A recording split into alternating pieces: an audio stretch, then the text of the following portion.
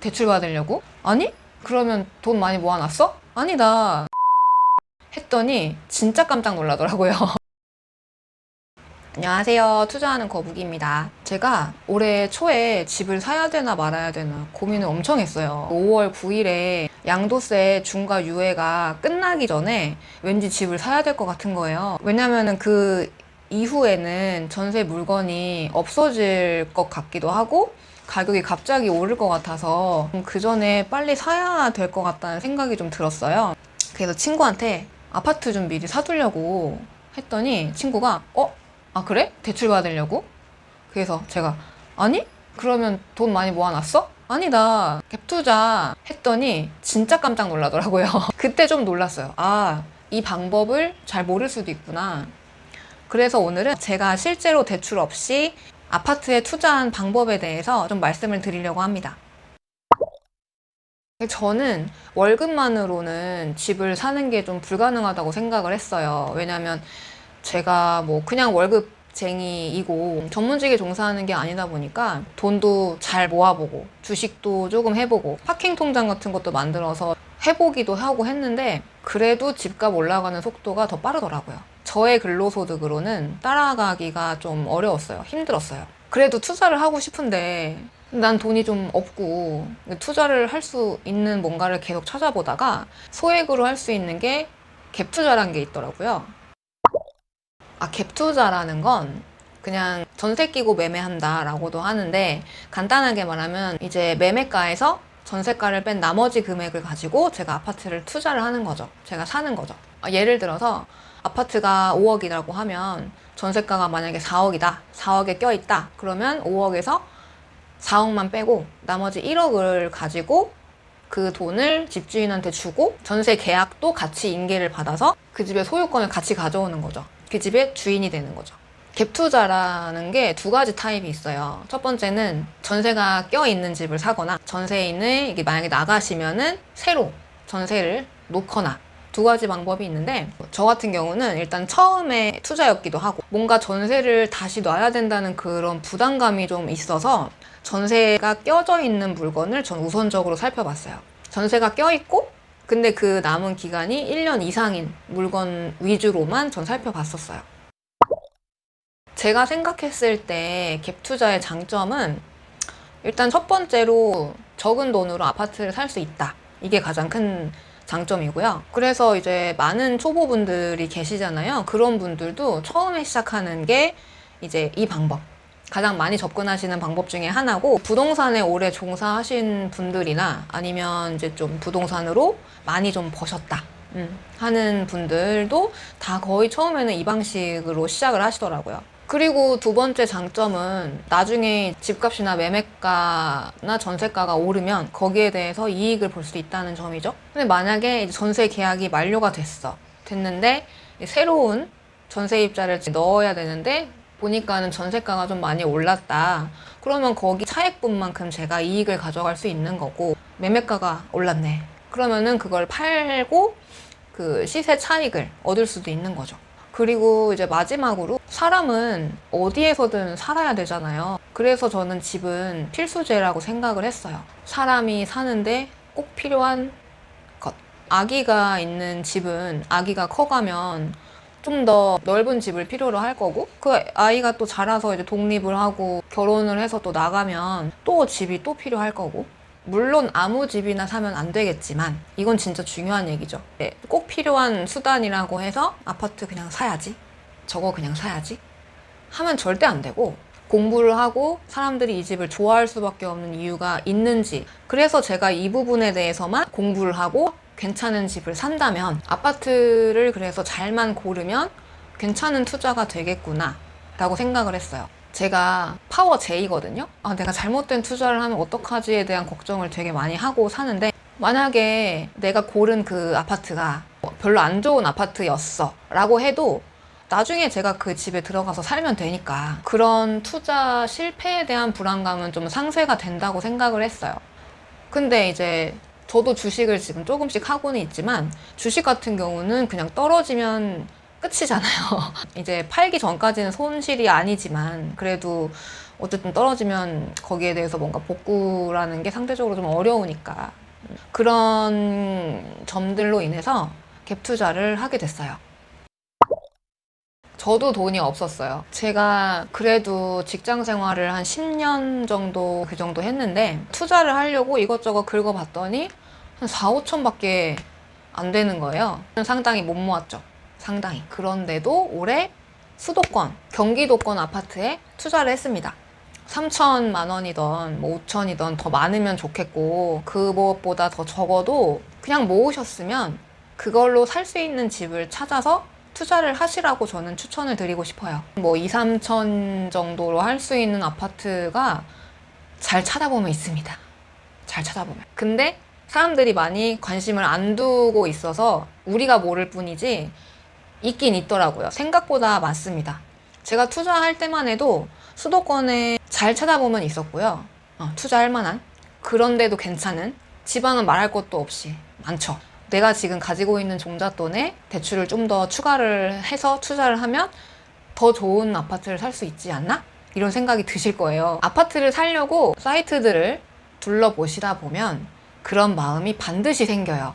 예를 들면 만약에 3천만 원밖에 없는데 3천만 원의 그 종잣돈으로 살 수 있는 아파트를 계속 찾다 보면 내가 5천만 원만 있으면 더 좋은 아파트 살 수 있는데 5천 정도 더 어디서 땡겨서 한 8천, 1억까지 하면은 더 높은 급지 아파트 살 수 있는데 이런 생각이 반드시 들거든요. 저도 그랬어요. 그런데 제 개인적인 견해로는 대출 받는 것보다 그냥 모은 돈으로 투자하는 게 더 좋다고 생각을 해요. 아까도 말씀드렸듯이 저는 파워 J, 뭔가 이거에 대한 실패가 있으면 어떡하지에 대한 그런 너무 불안한 마음이 있기 때문에 나중에 대출을 받아서 샀다가 집값이 떨어진다거나 뭐 역전세가 난다거나 뭐 대출 금리가 오른다거나 하면 내가 버틸 수 있을까를 반드시 생각해 보셔야 돼요. 그러니까 대출이라는 건 굉장히 복잡한데 내가 지금 소득이 얼마나 있고 저축을 얼마나 할 수 있고 거기서 내가 감당 가능한 이자가 얼만데 거기에 비해서 뭔가 확실하게 투자 가치가 있는 확신이 생겼을 때만 대출을 받는 게 좋잖아요.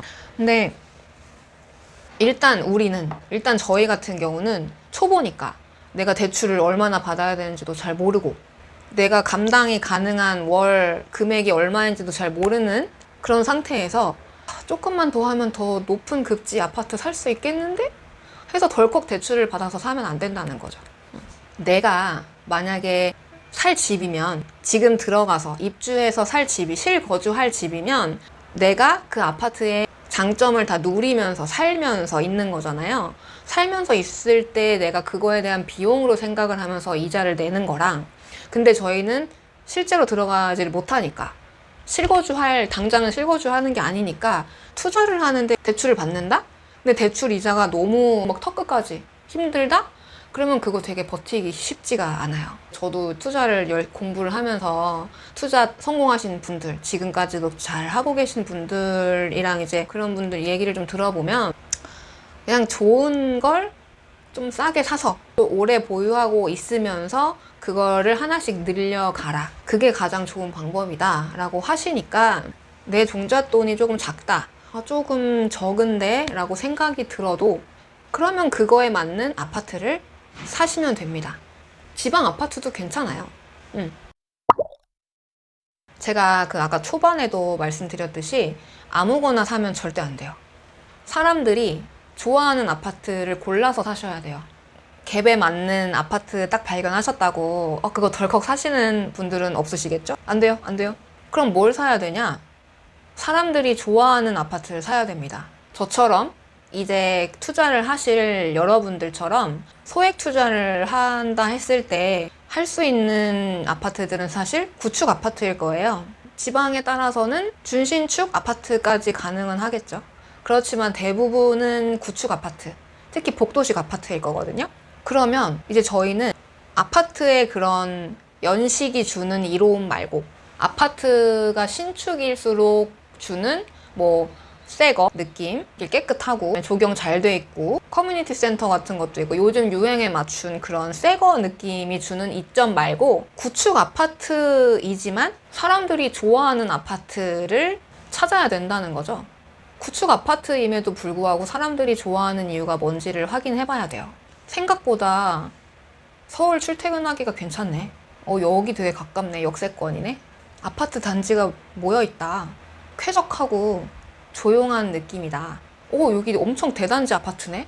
살기 되게 좋아 보인다. 아파트 바로 근처에 상권도 되게 잘 돼 있고 학원가도 되게 많고 조금만 더 나가면 대형마트도 있네. 괜찮네. 바로 옆에 초등학교가 있네. 그런데 초등학교 길 안 건너고 보낼 수 있네. 이런 것들 우리가 살면서 불편함이 없어야 되잖아요. 그래야 사람들이 몰려갈 거고 거기를 들어가고 싶어 할 거고 거기를 살고 싶어 할 거니까. 물론 사람마다 좋아하는 요소는 좀 달라요. 다를 수 있죠. 나는 신축이 좋은데 그럼 신축 아파트만 골라가시는 분들도 있고, 상권이 다 이미 발달이 돼 있어서 살기 좋은, 난 차라리 구축 아파트가 더 나은 것 같아 라고 하실 수도 있고. 그러니까 사람들이, 진짜 많은 사람들이 좋아하는 게 뭔지를 생각을 하시고 하시면 돼요. 그래서 그 동네 아파트에서 찾아보시는 연습을 하시는 게 되게 좋은데, 자기 동네에서, 만약에 살고 있는 지역에서 제일 좋은 동네에는 다 아실 거 아니에요. 그럼 거기 가셔가지고 왜 이렇게 여기서 살고 싶어 하지? 그런 걸 보시면서 내가 투자할 수 있는 아파트에도 이런 요소들이 있는지 그걸 좀 확인을 해보시면 좋아요. 이제 시간이 또 더 나시면 그 아파트 근처에 있는 부동산에 한번 들어가 보셔가지고 부동산 사장님하고 또 얘기를 한번 해보세요. 그럼 또 생각보다 많이 말씀해 주시는 분이 계시거든요. 이렇게 좀 짜잘한 팁들 받으실 수도 있어서 얘기 한번 나눠보시면 좋죠. 저 같은 경우는 이 아파트 투자하기 전에 매주 갔어요. 매주 아파트 단지 한번 둘러보고 그 주변에도 한번 더 보고 내가 놓친 게 있나 없나, 그리고 부동산도 다 들어가 봤고, 여기 투자하려고 하는데 여기 좀 어때요? 그러면 커피도 한 잔 얻어 마시고 그러시면 됩니다. 많이 가서 자주 볼수록 더 많이 알고 얻는 게 더 많으실 거예요. 중요한 건 이제 처음 투자할 때부터 큰 돈을 가지고 투자하는 사람은 없다는 거죠. 내가 지금 가진 돈으로 살 수 있는 게 뭔지 확인하고 진짜 최선을 다해서 공부하고 직접 가서 보고 행동하는 거, 그게 다인 것 같아요. 지금 돈이 좀 적다고, 돈이 없다고 지금 뭐 투자도 안 하고 공부도 안 하고 아예 아무것도 하지 않으면 미래에 뭔가 바뀌는 것도 없고 기대되는 것도 없겠죠.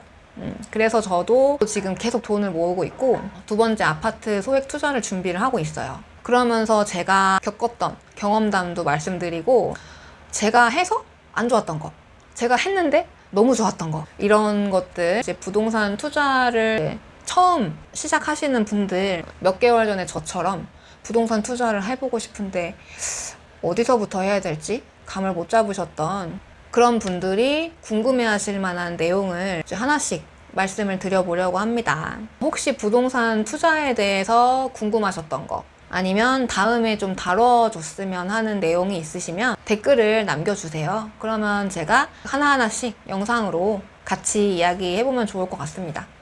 지금까지 봐주셔서 감사합니다.